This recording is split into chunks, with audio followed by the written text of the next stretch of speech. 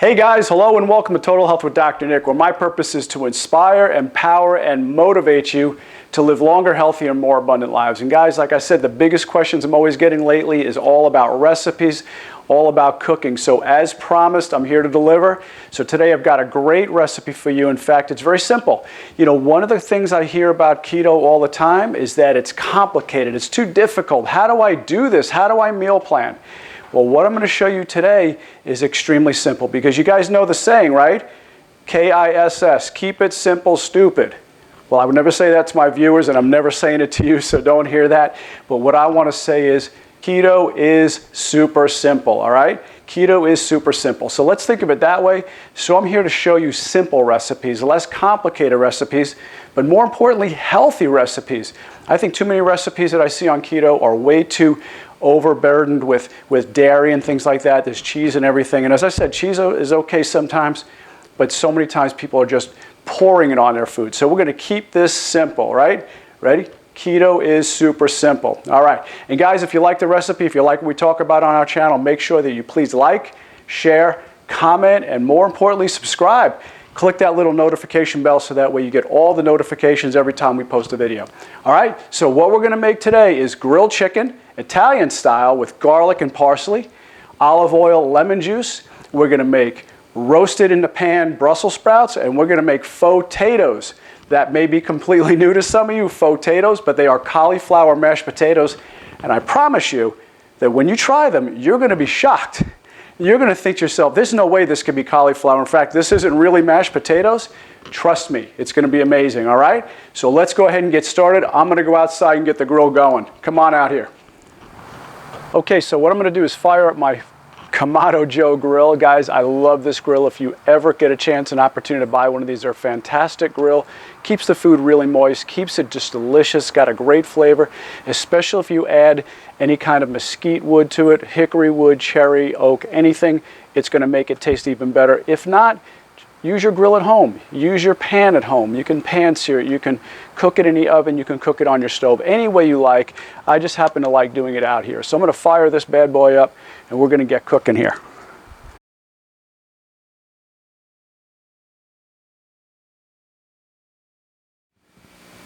So while the grill's heating up, what I'm going to do is go ahead and make the marinade for the chicken.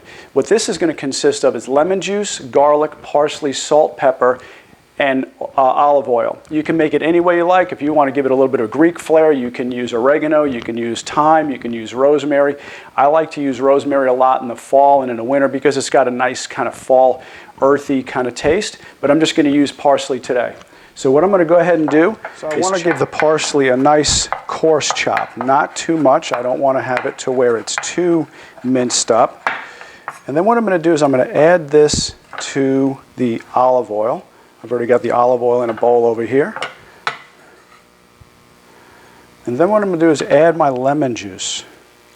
Now, lemon juice you want to add to taste because you can have varying taste from where it's more acidic or less acidic. Now I'm going to chop the garlic. Now what you want to do first is crush the garlic.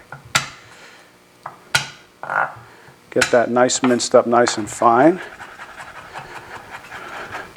Now this sometimes I leave a little chunkier because it is going on the grill, so I want to make sure that I'm not going to burn the garlic too much.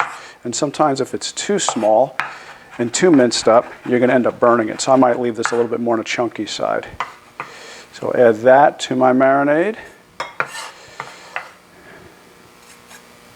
And then I'm going to add salt and pepper. Now remember, the salt is going on 4 different pieces, so you want to remember that. And put enough salt for those 4 pieces, and then enough pepper. Always taste it because you want to make sure that you're seasoned enough. So stir this up real quickly, and I want to test it. Make sure that it's seasoned properly. That's pretty good, but I want to add a little bit more acidity to it, so I want to add a little bit more lemon juice. Just a touch more. We'll give this a taste. Make sure the salt content is good. Perfect. All right, the garlic, of course, is going to taste hot. Garlic is always going to taste hot when it's raw form, but remember, it's going to be cooked. So now we're going to pour this on top of the chicken and make sure it gets coated evenly on all the pieces. So now you could even just poke the pieces to make sure the marinade gets actually inside. And so I'm just going to move these around, flip them around, and make sure that I get marinade on every piece here. All right. There we go.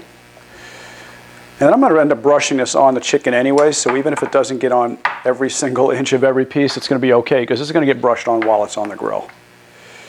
All right. Okay, like I said, poke some holes in it so that way the marinade gets down inside. So that's looking pretty good like that, okay? So what I'm going to do now is I want to go outside and I want to take a look at the grill, see how that's looking.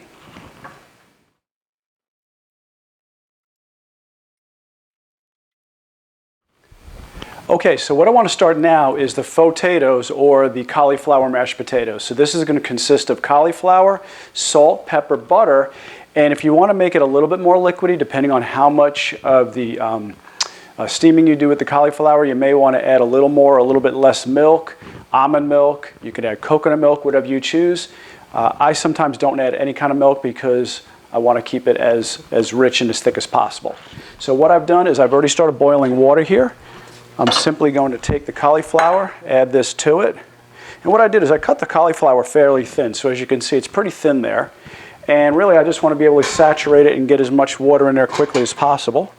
So put the cauliflower in, cover this up, and just let this go. And it's going to steam, I don't know, 15, 20 minutes.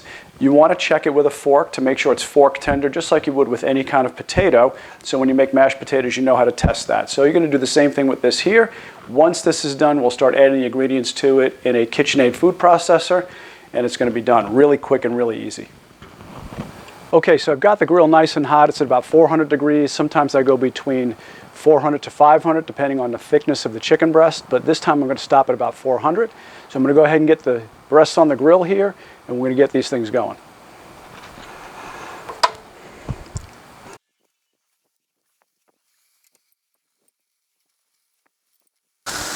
All right, I'm just adding a little bit more marinade to the chicken breast to make sure it's evenly coated all the way around.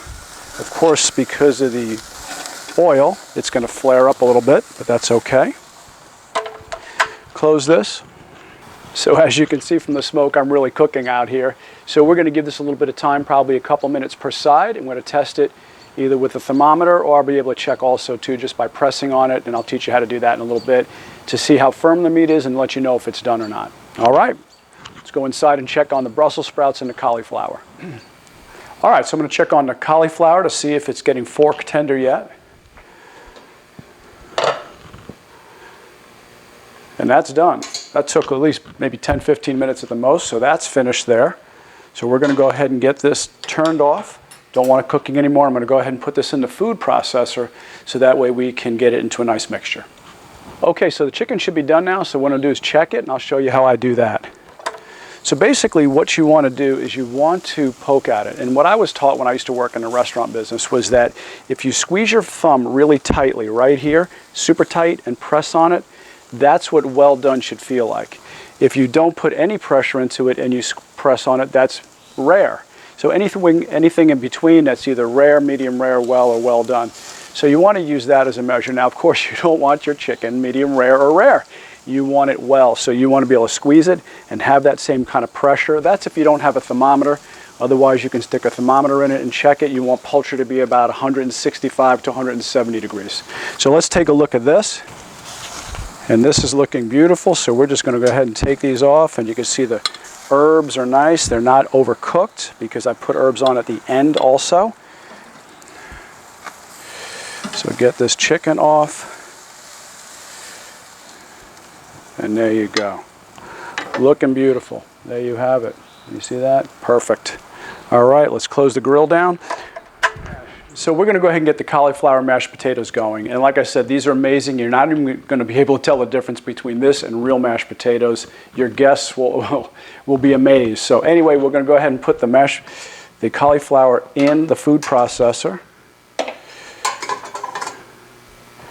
So we'll get all this in there. In fact, we'll go ahead and just lift it up. Make sure we get all the liquid out. There we go. We got one trying to escape over here. And now what I'm going to do is go ahead and get it blending. So while this is blending, what I'm going to do is get the salt, the pepper, and the butter ready.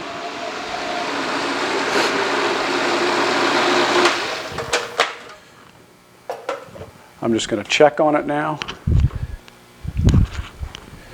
Make sure it's all getting blended properly. Sometimes if you put too much in here, what's going to happen is you're going to get partial blending and you're going to get some stems.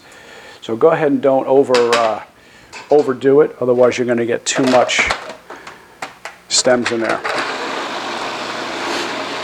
I'm going to give this a little bit more time. Then I'm going to salt, pepper it, and add the butter. All right. So let's go ahead and get the salt and pepper in there.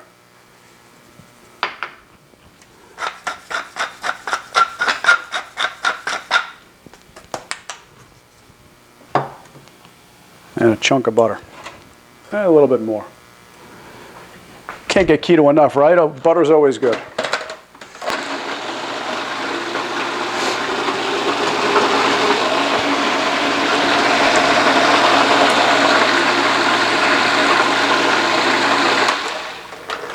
All right, let's give this a taste.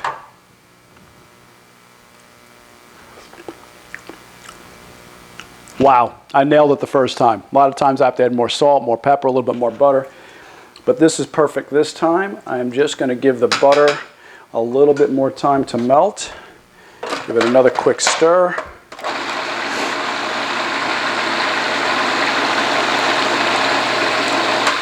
All right, and that is done. Now what I'm going to do is go ahead and get the Brussels sprouts started. I always save those towards the end because I want to make sure they don't get overcooked. I could just leave this in here. It'll keep it warm. The chicken is resting.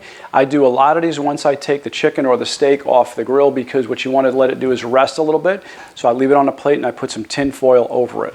So I'm just going to move this out of the way. All right, so let's go ahead and get the Brussels sprouts started. And you know, one of the great things about using Brussels sprouts and cauliflower is they are your cruciferous vegetables. And as you know, cruciferous vegetables are fantastic for anti-cancer. So you want to fight cancer, you want to eradicate it, you want to destroy it. Eat a lot of the cruciferous vegetables, which is kale, bok choy, Brussels sprouts, cauliflower, broccoli, cabbage, those there. So we're going to be using 2 of those in this dinner tonight. So what I've done is I've gone ahead and cut the Brussels sprouts in half just like this and taken off the bad leaves. So just like this, I'm just going to cut the end of it off and then I'm going to peel off the bad leaves. So the ones that have a little bit of discoloration on it or blotchiness, you don't want those. You want to get rid of those.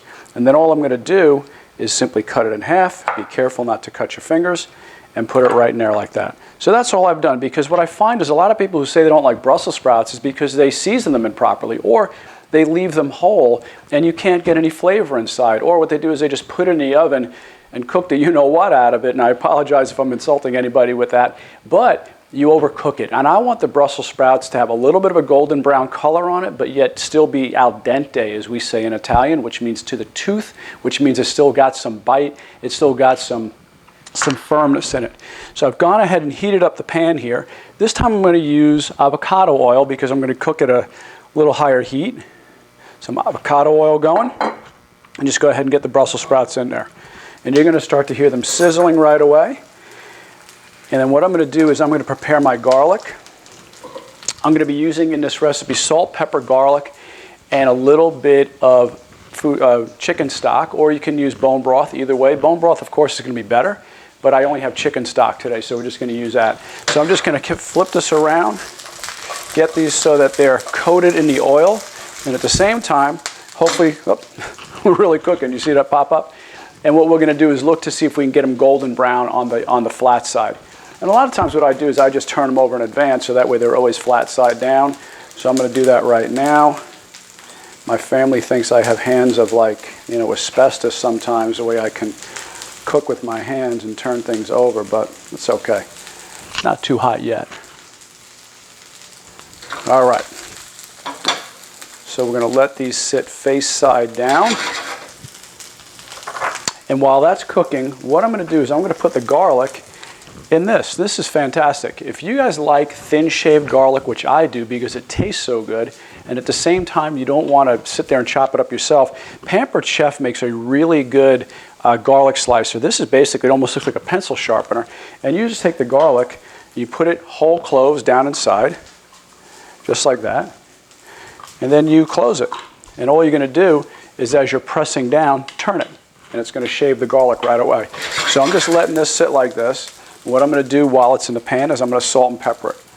I typically don't garlic it till the end because I don't want to overcook the garlic. If the garlic is in there as long as the Brussels sprouts are, it's going to go past that golden brown color, and when you do that, you overcook the garlic, it gets bitter. So you want to make sure the garlic is just basically translucent or a little bit lightly golden.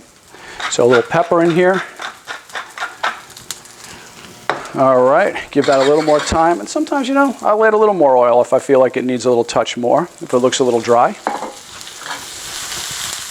And now they're starting to get golden. So what you can see how they're starting to get golden on this side, just like that. Okay, so when I start to see them get golden, just flip them around a little bit. Now I'm going to start to add the chicken stock, because the chicken stock or the bone broth is going to steam them a little bit, but yet it adds more flavor and it also adds more nutrients, especially if you're using bone broth. So a little bit of that, not too much. I don't want to boil it, and I don't want to get my stove coated with the stock as I flip it, but I just want to flip it around like this. And then what I'm going to do at this point, now I'm going to start to apply the garlic, just like this, and you can hopefully see this just shaving down. And like what it does is it literally shaves it into little tiny slivers. Maybe you can see that like that, just like that. And it really comes out beautifully. That's a lot of garlic. But you know what? I'm Italian, I like garlic. All right, so I'm going to flip this around a little bit more. And basically, I'm just looking for the garlic to get cooked at this point, because the Brussels sprouts are just about done. I don't like to get them, like I said, too soft. I may want to add just a little bit more stock to this, just to give it a little bit more of a steam. Just like that. And that's pretty much done. All right, so what I'm going to do now is I'm going to go ahead and plate this all together. I'm going to show you the finished product. All right, so I'm just adding a little bit more cauliflower mash here, and we are done here. And tell you what, guys, I wish you could smell this. This is absolutely amazing. I'm going to hold it up a little bit so you can see it. We've got the beautiful parsley. The garlic isn't overcooked. The chicken has just got the beautiful grill marks in it. Perfectly cooked here, if I do say so myself.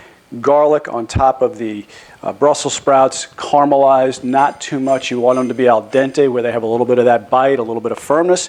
And the cauliflower mash, guys, this is a perfect keto meal. And if you want to add more fat to it, go right ahead. You can drizzle more olive oil on the chicken. You can drizzle olive oil or avocado oil on the Brussels sprouts. You could add more butter to the cauliflower mash. You can make this as fat rich as you want and feel good about it, because this is a healthy meal. You're going to love it. Anyway, try it out. Let me know what you think. Give me your comments. Like, share, comment, and subscribe. And guys, let us know what we're doing right. Let us know what we're doing wrong. Let us know what you could do better. And just let us know how we're doing. All right? We love and appreciate you. Thanks so much for supporting my channel. Thank you so much for helping it grow by literally hundreds and hundreds and hundreds of new subscribers every day. We're growing by leaps and bounds, and I have you to thank. So I appreciate it. I love and appreciate you. God bless. Take care, and watch out for our next recipes. Bye-bye.